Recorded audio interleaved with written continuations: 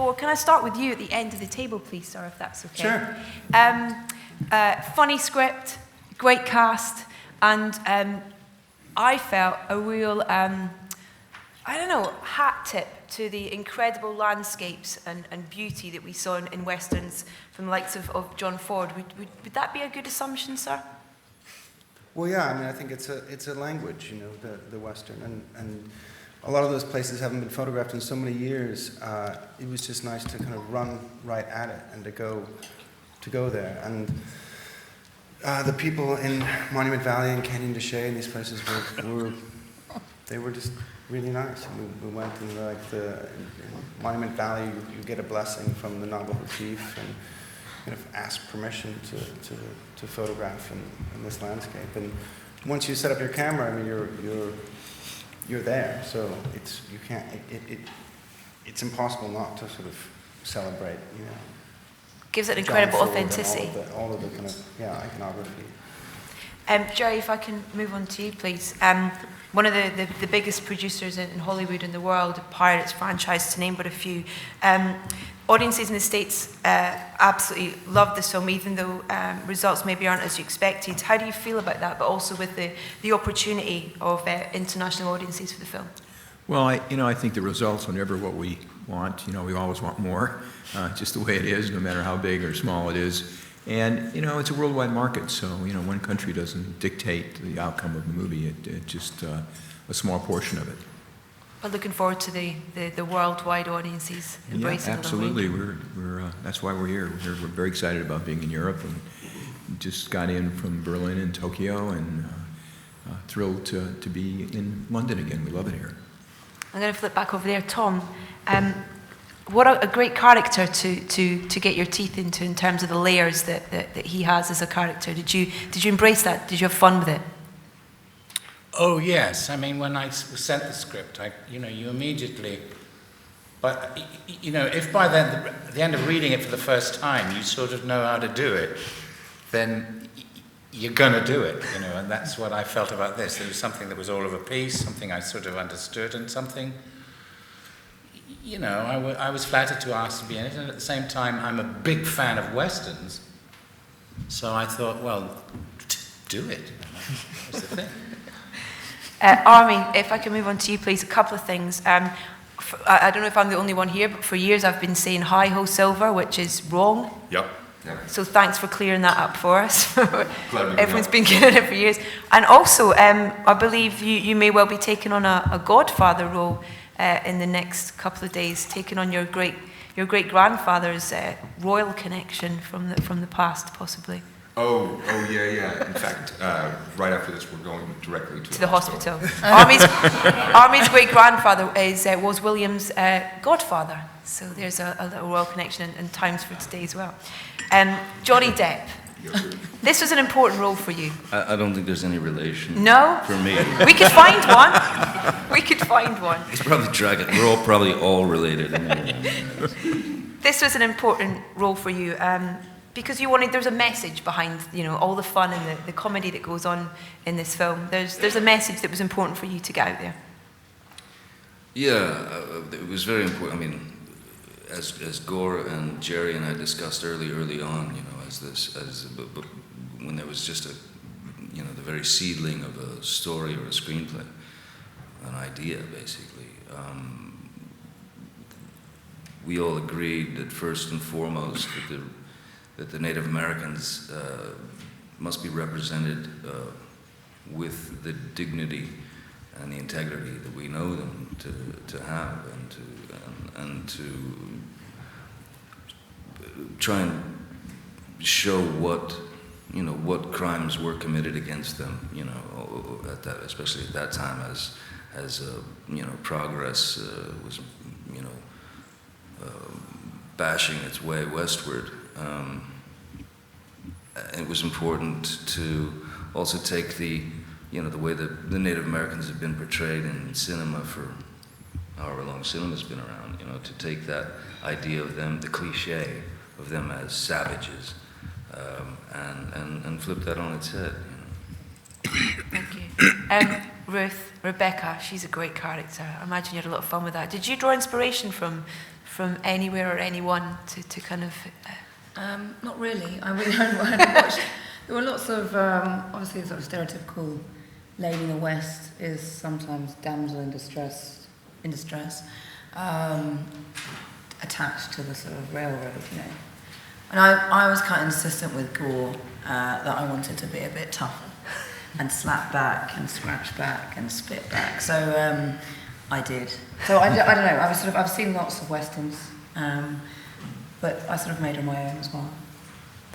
Inspiration from, but yeah. And Harry, Frank, he's a bit of a character, isn't he? Yeah, he's a bit of a one.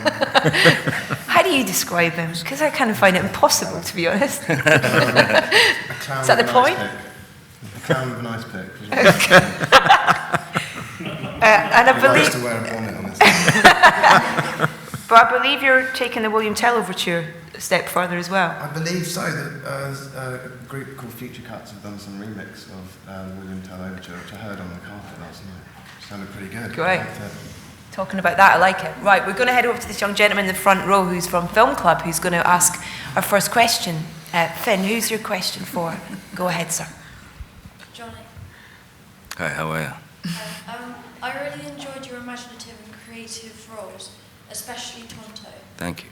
How much do you personalise and shape your character after reading the script? Let's see, how much of a person... I mean, you know, you... When you... At least when I read a screenplay, you know, somewhere within the first 10 pages, something hits you, something grabs you, and you know that somehow you're invested. And then what happens to me is that character... as I read through the script, I start to get kind of images of things, you know. Edward Scissorhands, one of the strongest influences on the character was a dog that I had when I was a kid, you know. So it could be anything like that, you know, in terms of inspiration.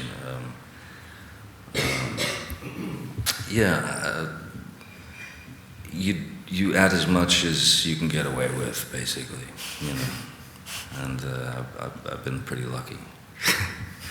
Thank you. Thank you. Thanks, Finn. Great Gentlemen. question, by the way. It was really great. Thanks, man.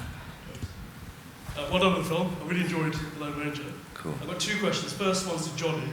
Johnny, can you give us, I love the quirky Tonto. Can you give us a feel of your research, what you did in terms of embodying Tonto, and kind of what inspired you? And second question to everyone, and you inspire a lot of filmmakers both in front of the camera and behind the camera. Who were your big idols growing up to everyone, and who inspired you? Let's see. What was the first question? Who inspired you? Because the second one's so much easier. Yeah. Yeah. Just answer that one then, go for it. Yeah, Marlon Brando. Marlon Brando, I think, was probably the greatest influence on the majority of actors, you know, 98% of actors throughout the world, from about 1948 on. And it was no mistake. He revolutionized acting. So Marlon Brando. And then the other part of the question was... It's playing, embodying Tonto. You made it quite quirky.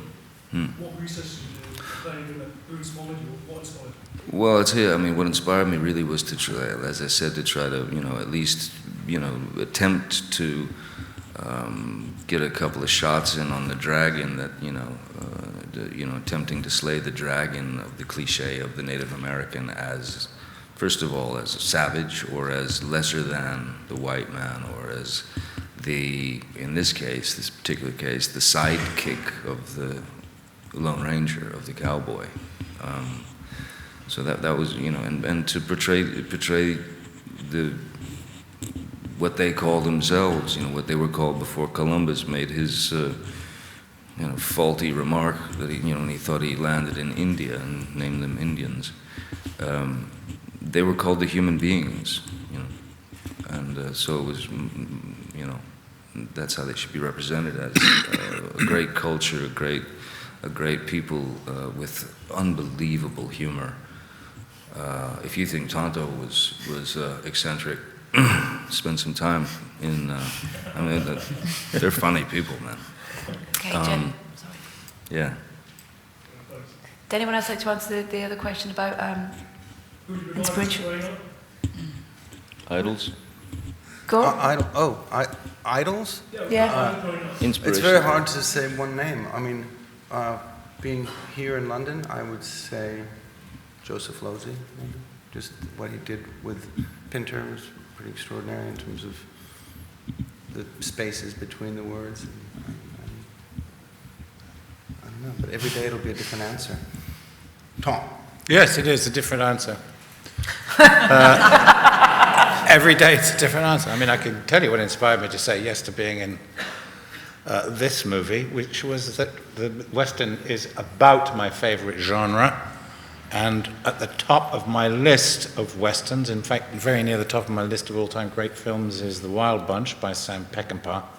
So there's something about that energy that inspired me, well, it led me to say yes, yes indeed, to Gore Verbinski when he asked me to be in this one. So Sam Peckinpah, good guy. Good. I'm going to move on to some other questions, if that's okay. Gentleman in the purple shirt, please. Mr. Depp and Mr. Bruckheimer and Gore as well. You created a great character, obviously, for Disney before with Jack Sparrow. But you spoke at the time that there was a bit of worry from the studio about what you were doing. Now that you gave them this great success, was there a lot more trust coming into it? It was sort of you go away and bring us back Tonto? And also, just picking up on the last point you made, can you tell us about the time you spent with the Native American community? Sure. Well, certainly when we did Pirates of the Caribbean 1, I mean, I was probably as close to being, or at least they wanted to fire me so bad they could taste it, and when I spoke to one of the executives at the time, I said, "You're right. You should fire me, but you'll have to pay me for my time." And yeah, it was something. It was something that they couldn't quite, figure out or get a handle on. They didn't know what to do or how to market that character, and wanted to put subtitles and all that stuff. When you take part in something like that, and then at the time it was nothing particularly new for me. I've always done the same. I've always approached the characters the same way. Captain Jack just happened to, I don't know, got a little more attention, and then what happens is, as we were talking, the character images of the character start to come to you. You find these things, you put them together, and then so Tonto for me was, it was sort of an opportunity to. I'd seen this image of a warrior with stripes down his face, 4 stripes, black bars down his face, and to me it looked like as if you were dissecting the man, in quarters, and so there was the damaged child on this side, and here was the great warrior, and here was the sort of eccentric. Do you know what I'm saying? So that was the sort of inspiration of the character, and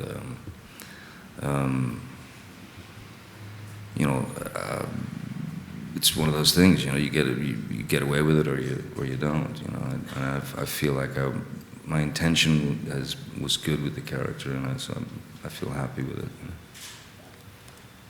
Can I bring in Army just in terms of the relationship between the two main characters and that comedy and the chemistry that's there between the pair of you? There's only so much of that can be written down, and only so much of that can be scripted. Was that kind of evident straight away between the pair of you that there was this great timing and great? Yeah, I think kind of off the bat there was a bit of like a. I think I like you. Yeah. I think I like you too. Yeah. It's going to be a lot of fun.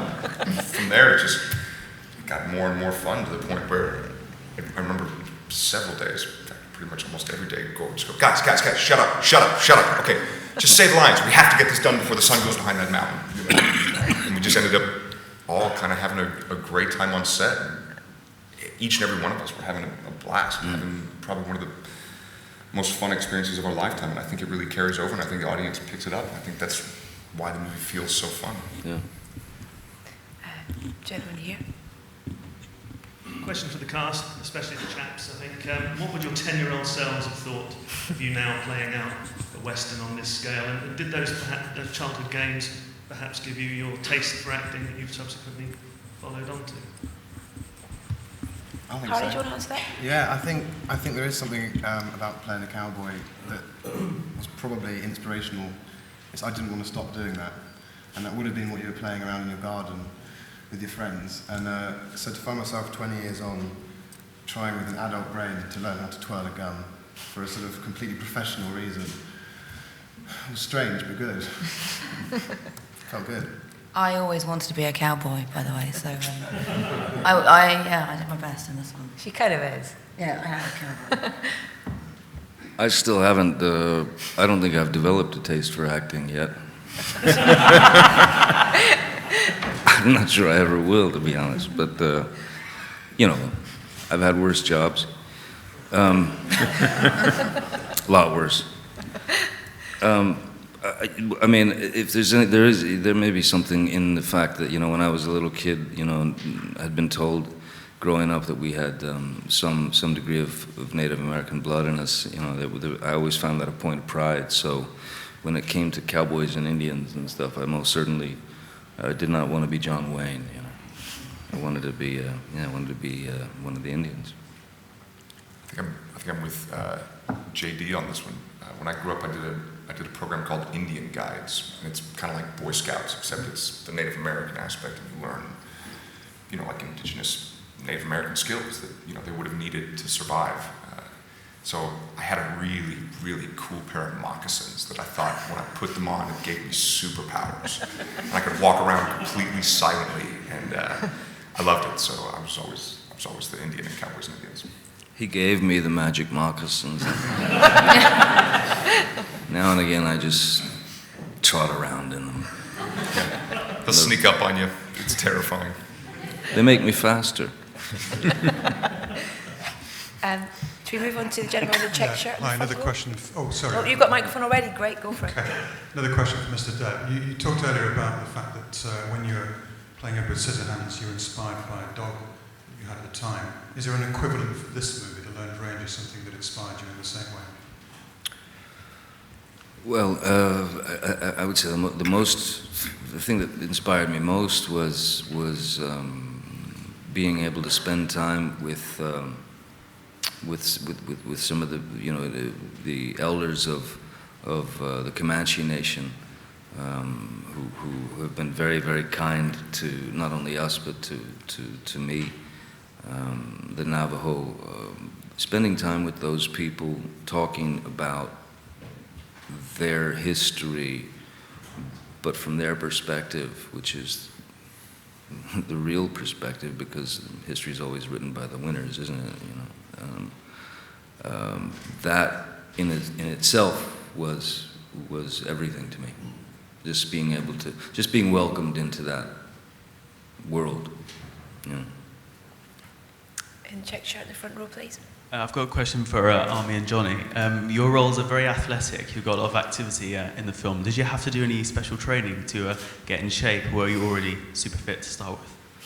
Super fit, always. No, it's funny. Going into this movie, there wasn't any sort of concerted effort on my part, at least, to get into any kind of physical shape for vanity purposes, because nobody had gym memberships back then. No one was sitting around doing push-ups.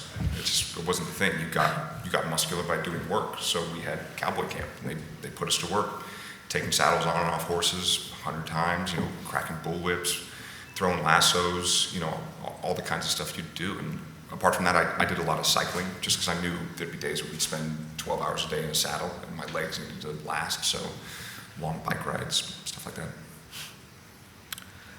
Yeah, I mean, I felt it was important to train for the role of Tonto. First, because you know, it's a film with Gore and Jerry, and you know there's going to be a lot of physical activity, so you want to be prepared for that.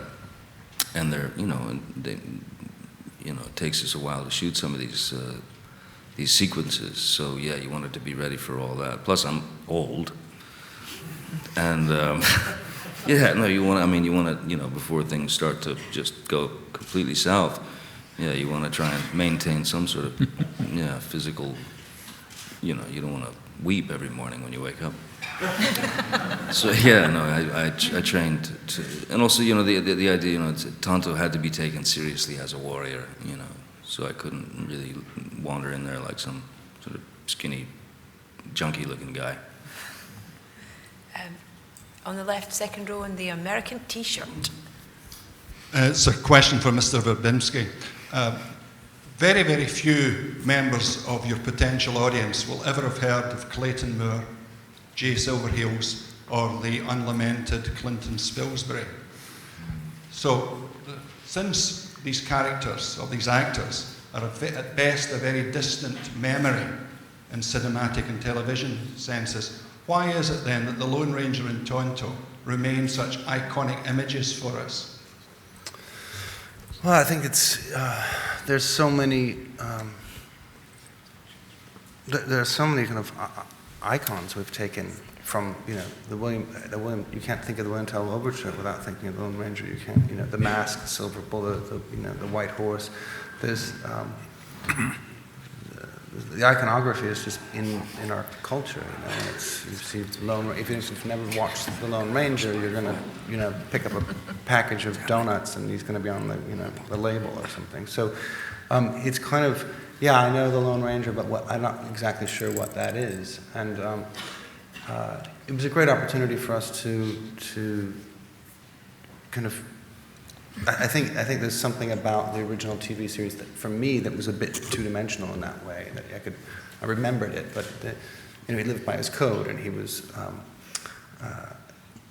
never deviated from that. And I think the opportunity to come at this from Tonto's perspective and to take this sort of apprentice-master relationship and tell an origin story, but say the apprentice created the master, if you will. And once you start doing that, everything kind of turns upside down, and creating a Lone Ranger that has to deal with his code. His code. He comes with these noble ideas of justice and good and evil and right and wrong, and he comes into a version of the West. It's very much like taking Jimmy Stewart and throwing him into a Sam Peckinpah movie. He's going to have to reconcile. At a time when justice can be purchased, how does that code stand up? And it was important that he's also red-blooded, and he might lash out. That his brother's death is very personal. It's not just I can just take that and put it in a quadrant in my brain and sort of continue to function. I think it's he questions that and that sort of dimensionalizes them in a way. Thank you. Hi, I'm Jan from Belgium. A question for Johnny. Last month you became 50, not old, and congratulations on that. What things are you most proud of so far in your career and in your life in general? My kids. My kids, my daughter Lily Rose, who's 14, my boy Jack, who's 11. There's nothing I've done in terms of anything else in my existence that come close. So my kids are most important. The work is the work. It's just a strange job for grown men. And right next to you, the lady has a question, please. Hi, this is a question for Ruth. You're surrounded by, you and Helena were the only sort of ladies really on a very boys-oriented set. Did you find that you were being given special treatment by the gents, perhaps inspired by the behaviour of the period that it was set in? And also, what was it like playing a strong female character without sociopathic tendencies? It wasn't as fun, actually. No, I've got 3 older brothers. I've grown up with loads of men, so I'm used to getting down and dirty with the boys and quite enjoy it. So, but also on set, you've got most of the crew, half the crew are women, the makeup and costume, and so you never feel you're the odd one out or the only one. And I just like to compete with them, so I keep up with them and keep them challenged. But yeah, no, this was brilliant. It was great to play this part, great to be in a Western, and as a Brit in a Western, quite cheeky. And we had loads of fun. So no, I enjoyed every moment of it.